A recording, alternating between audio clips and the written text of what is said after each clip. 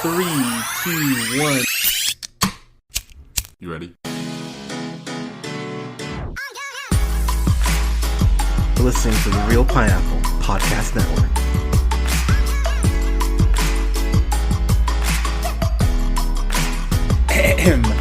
Good evening, everybody. Pip pip cheerio. Thank you so much for listening to the Real Pineapple. This is Hunter here, your humble host, and I'm here once again with the host of her own podcast, Wanderwear Loss, which you can go and check out on, oh my gosh, what platforms can they check it out on? Spotify, iTunes, Google Play, and more. So, are there other platforms outside of the ones you just named? Yeah, there's like Podbean and like, you know, all those other like listening platforms that I'm still working on getting on. Fair enough. Okay. But I have a few things pending, so that's the hints the more. Hints the more. Okay. Allie, how are you, friend? Hey, good man, good. Happy belated holiday. Happy Boxing Day. Oh yeah, it is Boxing Day today, isn't it? Pip pip cheerio. You're the one who's British. Yeah. I mean, but you are actually English, though, aren't you? I am. Yes. Yeah. So I mean, was this right up your alley? Like, I did enjoy this movie. Yeah. So we're talking about Little Women, the remake of Little Women, which I forgot they actually did. Okay, that's actually a lie. I did not forget. I had to point out to someone they did a version of Little Women last year, which no one saw. Exactly. That's exactly. Yeah. They did. Yeah. So they did Little Women last year. I thought they did it the last remake was in 1994 or something. No, Little Women right there, 2018. Oh, it looks modern. Yeah, and it did not work. I'm not really that surprised, if we're being completely honest. There's something about like a historical romance that just is super attractive to me, and I love. Yeah, so we're gonna make this kind of a quick review because Allie does have prior engagements. It's Boxing Day, people, and I'm British. Yeah, we got stuff going on. Exactly, and I still have other films I need to actually watch and get through. But we want to talk about this, so I'm gonna butcher her name. I'm so sorry. Oh God, I just looked up. Saoirse Ronan is what Saoirse? Yeah, that's what I'm gonna go with. Saoirse Ronan. She plays Jo this time around. So I will say, I'm a huge fan of her. So she was in that movie, The Host. God. So hear me out. No, wait. What do you think I'm gonna say? I think you're gonna say, "Oh God, I didn't like that at all." No, oh God, I loved that movie. You like the Stephenie Meyer? Okay, so I read the book. It was during my whole phase of like Stephenie Meyer, Twilight, and I like these books. They're so good. Yeah. Yeah, and then I enjoyed that movie. I thought she did Really? She did great. Okay, so here's what I'll say about The Host. It was a couple years after she did Hannah. If you guys have not seen Hannah, please watch Hannah. It's fucking amazing. Not the Amazon series. Watch the movie first. It's better. But I did watch the Amazon series already. Can I watch the movie? I think you'll like the movie more. Oh, goody. Personally. Good. Okay. But I remember seeing her in Hannah and seeing her in The Host. And while The Host, I think, is a piece of poo, I remember going at least thinking, you know what, she's got something. Like, I don't know what yet, but I remember thinking I like this girl. And then you see her in something like Grand Budapest Hotel, which I thought she was awesome in. And then she does Brooklyn a couple years later, a year after that. Then she does Lady Bird. And Lady Bird is one of my favorite, like, you guys know, if you listen to the podcast for any amount of time, I am a huge, I'm very easy for those coming of age movies, and like Emma Watson is in The Perks of Being a Wallflower. That's one of my favorite movies maybe ever. I fucking adore that film. That's great. So and then Miss Ronan was also in Mary Queen of Scots, which I have not reviewed yet because it came out last year and I just didn't get a chance to. But it's a great fucking movie. You should go see it.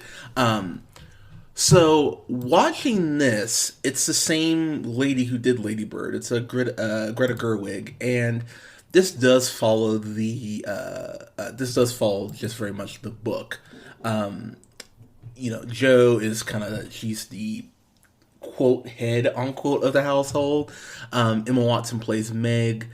Florence Pugh is how I'm gonna announce her name. She was actually just in Fighting for My Family, which was the movie based on Paige. She was in Midsummer. That's where I fucking recognize her from. Okay, that makes sense. But I just want to go through this movie real quick because the problem with this movie is that I think if you're not familiar with the format going in, you're going to be very confused because the movie does jump back and forth between present day and past. So when it's, more like sunshine and rainbows and like it's being shot in a brighter light, you're in the past. But then it's like kind of like the dark grimness of reality when it's in the present, which is, I think will be. Like that. No, I love that aesthetic choice. I remember going, Yeah. oh, okay, this is really good, actually. But I do think that's going to be confusing for some people who just don't know it going in. Like, I'm assuming you kind of had an idea, at least, right? Well, I actually didn't. So I am really disappointed in myself to say this, but I've never read the book. I know. My mom never made me read it. I didn't know it was like a thing. Yeah. And then this came out, and yeah, I wanted to try to read the book before it happened, but it's just been so crazy. So I didn't have a chance to. So going into it, I didn't know that was going to happen. And personally, I followed it very nicely. I think that, like, having that aesthetic, which I didn't even realize was a thing until you just said it, but it totally is. Like, switching into the past, you do see it in a brighter light. It's almost like looking at your own past, I would say. Like, thinking back on happy memories. Yeah. And thinking back on, like, your life, it's generally in a brighter light. But I took my mommy to see it. Aww. And she was a little confused. She was like, well, sometimes I just looked at her haircut. Yeah. And I think that's part of it, too, is that you are going to kind of be able to put it together and go, oh, okay, her hair is shorter here, so or longer here, it's a past. So this is where it gets kind of difficult, is because there are plot choices that nothing really plot-wise I had a problem with. It's just more that the format makes this film feel very dense. And I think that if you're not, like, full disclosure, I woke up this morning, I didn't have a bowl, I didn't have a mimosa. I was good. So I watched this. I watched this dead dog sober, and for the first half hour, I was sitting there. I'm like, all right, movie, you're jumping around a little bit here. But I think after the first act, the movie does settle down and kind of go like, okay, now we've kind of hit our flow. So I think if you stick with the film for that first hour, you're gonna go, oh, okay, and you'll be definitely rewarded. We talked about at the beginning of the intro here, since you are English, and there were no TARDISes in this movie. What did you, as far as being a woman? I wanted to kind of bring this up because at the very end of the movie, and I know we're jumping around here, but bear with me here. At the end of the movie where Joe is selling the book, which will become Little Women, I think what broke my heart is I just went, man, even trying to sell your own work, and I'm not saying like it's like a cakewalk for guys, but good God, the way that we just shoehorn women in and give them this like very few options, to put it mildly. It's upsetting for me. And as a dude, there's this speech that Joe gives about being married and about how, she basically wants to love herself, but the royal us goes ahead and kind of romanticizes love in such a way to women. And I'm sitting there listening to it, and I went, well, fuck, yeah, that's actually that's actually very true. I mean, you're married. I'm assuming, and I'm just kind of picking your brain here. I'm assuming you didn't feel pressure to marry your husband because he's fucking delightful. But I mean, was that a thing growing up? Just like that, you can like consciously remember kind of getting that. Oh, people? I 100% like fantasized getting married. I feel like in this movie, I am very much like a Meg. Like that has always been my sort of like dream, is like get married, have kids, I would personally love to be like a part-time stay-at-home mom and part-time work at like an animal shelter. Okay, I love that dream for you. Right? It just makes sense for me. So what I really enjoyed about this movie is that Joe is very like strong-headed. and very fiercely independent. And she doesn't want to get married. And you know what? Throughout the entire movie, I almost was kind of, and this is just maybe how brainwashed we maybe are. Maybe this is bigger than just women wanting to get married, because guys don't think about it as much. I mean, so I will say, to put myself on the front street here, I definitely thought, like, oh, by 25, I'll be married. Like, no way, like that's, like, locked in. Done. Like, I'm 32 now, and I'm still not married. And I'll be honest, like, Alea's the one reason I kind of go, like, maybe I will get married, because... Well, she is pretty amazing. Alea's wonderful, but honestly, there was just a point where I was like, God, women suck, and I don't want to get married. I mean, don't we all go through that, though? Oh, absolutely. But I remember, like, specifically in my mid-20s going, like, well, it should have happened by now, you know? I have friends that are on their third marriage by now. I'm like, this is... That's like, true. Like, this sucks, you know? But I do like that point you bring up about Joe being so independent, and I do love the fact that at the beginning of the movie, she has this, like, she has, like, some short stories, and the publisher just sitting there and just puts a giant, like, slash through everything. And as someone who doesn't write as much as they used to, but throughout middle school and college was a fierce writer, having that first slash, I still remember my first slash in, like, when I was, like, 5, someone slashing through and I remember just going, like, this is a really shitty feeling. I don't like this at all. Like, you were so young and rejected. Yeah, young Hunter. Young Hunter definitely cried on his nap time during that. But that, you have to get used to that. It's shitty as hell. I remember, you know, in college arguing with professors about, like, you're wrong about this, and sometimes me bending and tweaking what they wanted, and sometimes going, nope, I'd rather take a B- than change something that I don't believe in and get an A. Like, so I appreciate that artistic process of Joe kind of going through that shit. I love Emma Watson so much. I love Emma Watson so much, I will not say the crass Harry Potter sexual joke I was gonna make in reference to Emma Watson. That's how much I love her. And I think we forget, because she still acts clearly, but it's almost like she's gone out of her way to be more socially conscious and just not do the whole Hollywood gig, as it were. I mean, of course, she lives over in London, I believe, still across the pond. Across the pond. I was gonna keep doing that really annoying accent, but it was a little bit Cockney. Yeah, a little bit, but I appreciate the fact that she has removed herself from the quote Hollywood lifestyle, and she's really focusing on stuff that's important to her. Yeah, like feminist movements and women's rights activists. Like, it's what I've seen a lot with her working on, is like climate change and women's rights stuff. Yeah, and I think that's really cool. Which I really do appreciate, and you get glimpses of that with her, even though she does want to be the whole, like, the romanticized concept of being married is very much real for her. I like the fact that her and that Meg and Joe got along so much, because when we get to Amy, oh my god. So if there's any complaint, it's not even really a complaint because it's how the character's written and it works. I would have slit Amy's throat in the middle of the night if I had a chance to, because oh my god, there's this scene where she's wanting to go to a play with Meg and Joe, and Joe and Meg have dates, and so they're like, no, like, well, and she wasn't invited. Yeah, so they're like, hey, like, you're the younger sister, your time will come. Yeah, like, you can go next time, like, we promise.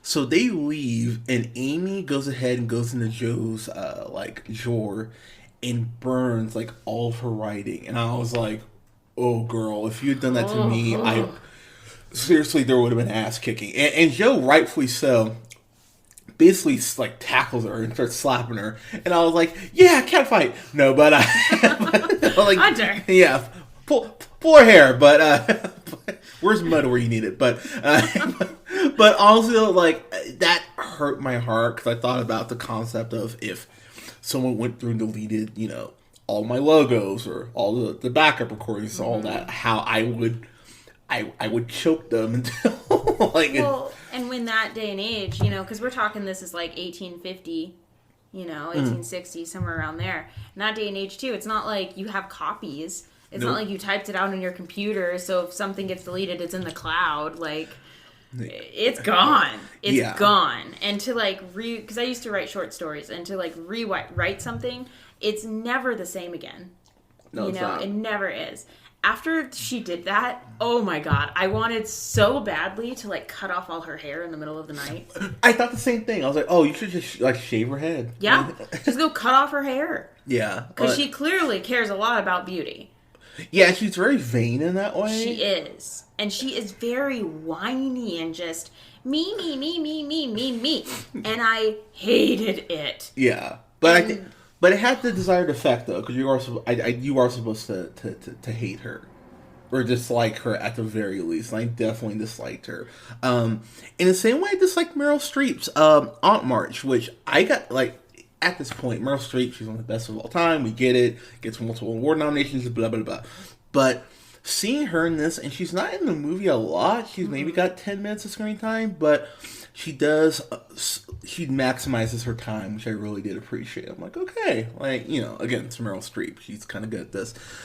She's amazing. I loved her in this movie. Between this and Marriage Story, Laura Dern is having a hell of a year. I think Laura Dern as the mom, as a Marmee. Yeah, thank you.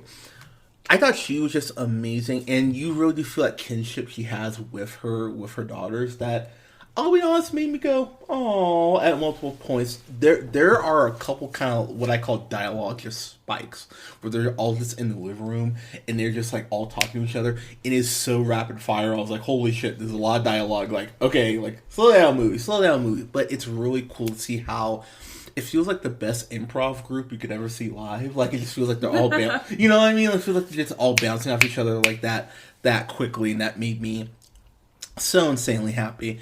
If there's a complaint, and it's not really even a complaint because the title kind of gives it away, the guys in this are kind of just meh.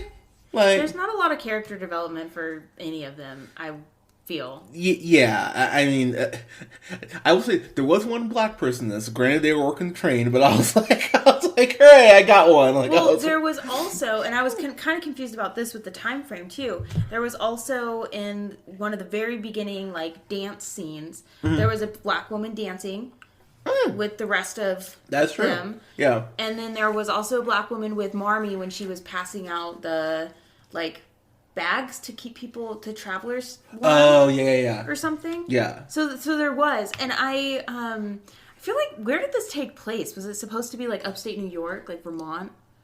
Or something? You know, I'm actually not clear on that. I mean, yeah, no, that's a fair point. It had to be close to New York, but I was a little confused just because of kind of that time period. We were, you know, in the Civil War and everything, and we technically didn't have the 13th Amendment. Yeah. So, like, later on, yeah, absolutely, like, in, you know, 1871 we did, but I was just confused about that, and I mean, personally, I think it was beautiful to add it. Yeah. No, I agree.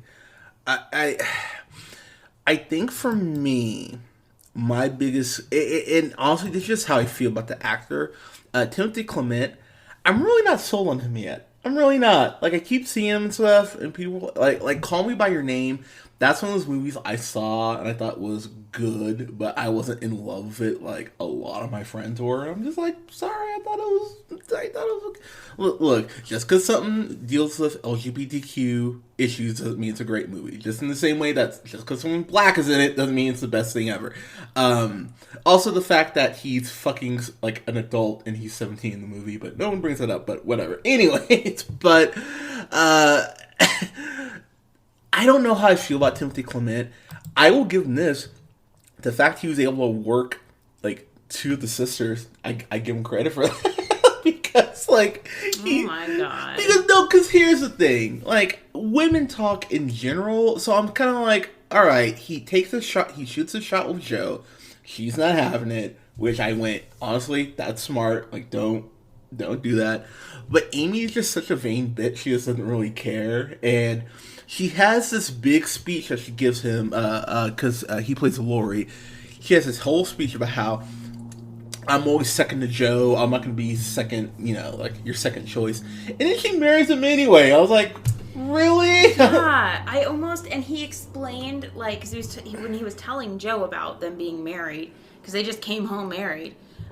Yeah. You know, they came back from France just married, and when he was telling Joe, she asked if he loved her, and he was like, "Well, I've always loved you, but this is a different kind of love." Which is a bit of a cop out, but I get what he means though. I suppose I just kind of feel like a lot of the romance that happened in this movie, other than Meg's, was very like quick, and there wasn't a lot of like, I don't know, like Okay. Like development, budding relationship between them. Okay. I mean that's fair.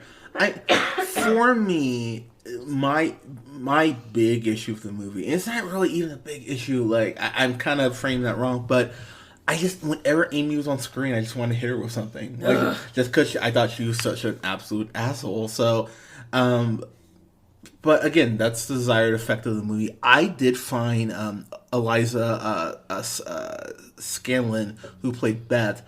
I thought her story was actually really interesting. I liked the fact that she was kind of the quote innocent unquote one. I appreciate the way that she viewed the world and the way that she just really was kind of trying to find her place. I appreciated that, and I thought her journey was really interesting. Where some of these arcs end up, I think it's going to really depend as far as your enjoyment of the film, as far as which characters you connect to the most, and then kind of go like, oh, okay, I like you, I don't like you, da da da. Yeah.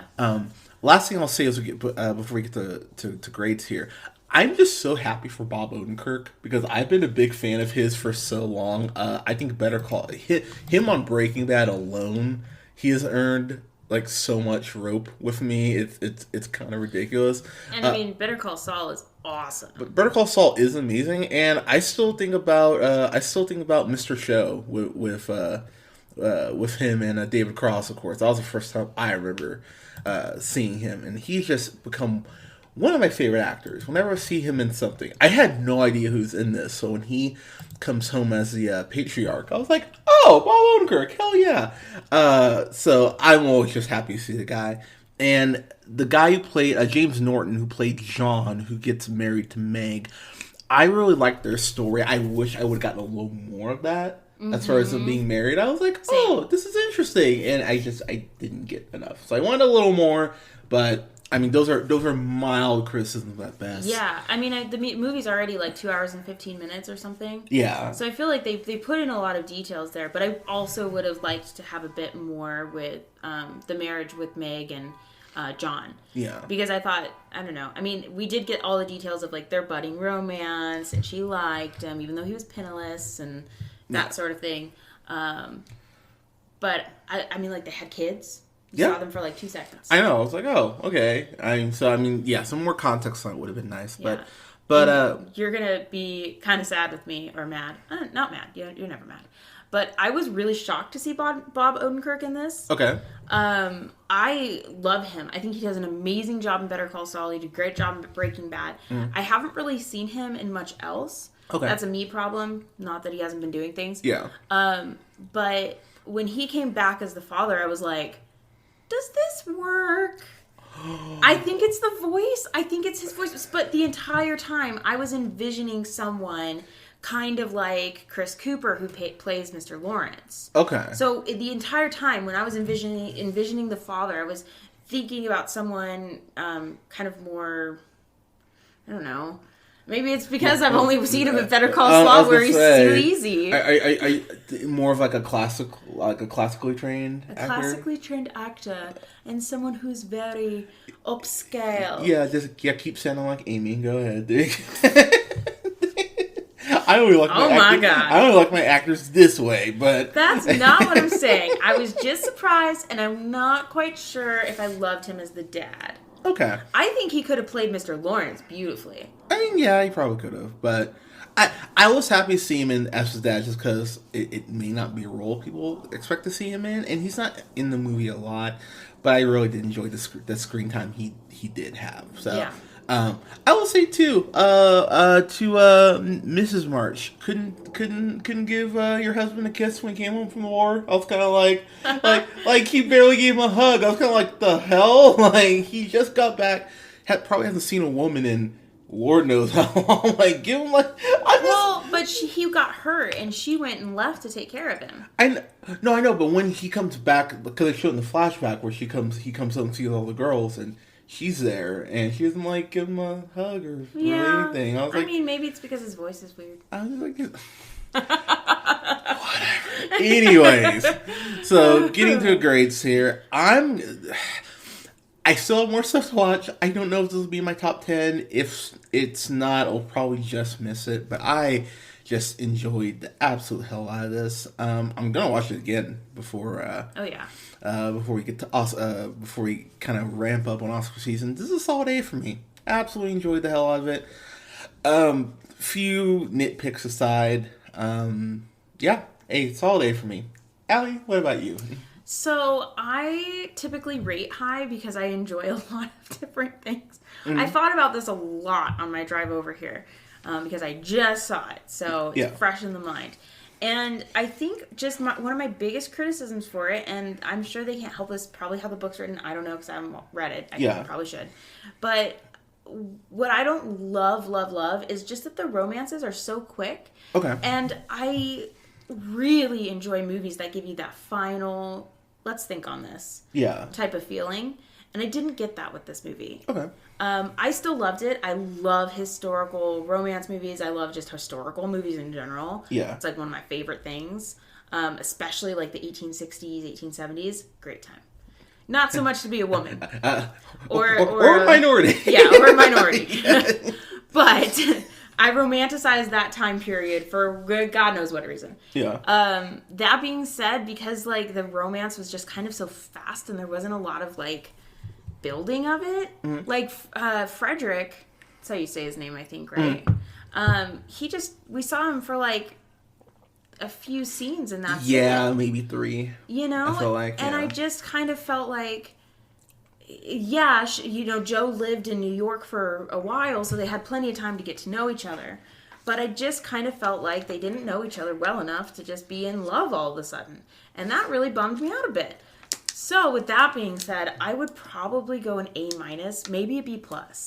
Okay, we gotta decide. Which one? Ooh. Oh, man. Okay, I'm going with an A- only because of the time period making up for that whole little bit of disaster, in my opinion. Well, to be fair, people were dying at 22, so you had to, like, fall in love quick. That is no reason to love quickly, and Joe would back me up on that. I'm just saying. I mean, if you knew you had 20 years to live, you'd kind of go like, oh, well, I gotta get going on. But they're alive and fine, and she's so independent. She shouldn't jump into, like, loving someone. Now, granted, we don't know if they got married right away or what. They just kind of ended with, I love you. Yeah. You know? I don't know. I think for Joe's mentality, I don't think they would have jumped right into it. Right. But yeah, I don't know. I just didn't love that we didn't have enough like backstory there. Fair enough. Like they put in I feel like the movie, if you look at the movie just as being like it's about sisterhood and it's about growing up in that time period and like the bond of sisters, then I think it's great. Okay. If you're not looking for like that romantic aspect of it. And I think that at its core is the strongest part. So for me, I didn't have an issue giving it an A. But I do understand what you're saying about the romances. I thought I guess for the amount of characters they have in this, the fact it even functions as well as it does is really a testament to Greta Gerwig, because there are points where you're kind of like, I was getting kind of Game of Thrones vibes. I was like, this is a lot. I'm like, fuck, there's so many people here. Like, how do I keep track of all this? And I was able to. So, I mean, props to her. And, Greta Gerwig, I mean, between this and Lady Bird, she really is one of my favorite writers / directors working right now. So, I'm a huge fan of hers. Can't wait to see what she does next. So, guys, have you seen Little Women? Let us know what you thought in the comments below.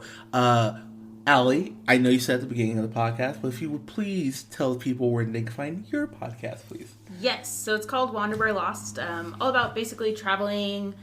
We were talking about a lot of different subjects, so it's super interesting for anyone who travels a lot or maybe doesn't. You want to get inspired. Definitely check it out. We're on Spotify, iTunes, Google Play, and you can listen on the website wanderwherelost.com. Perfect.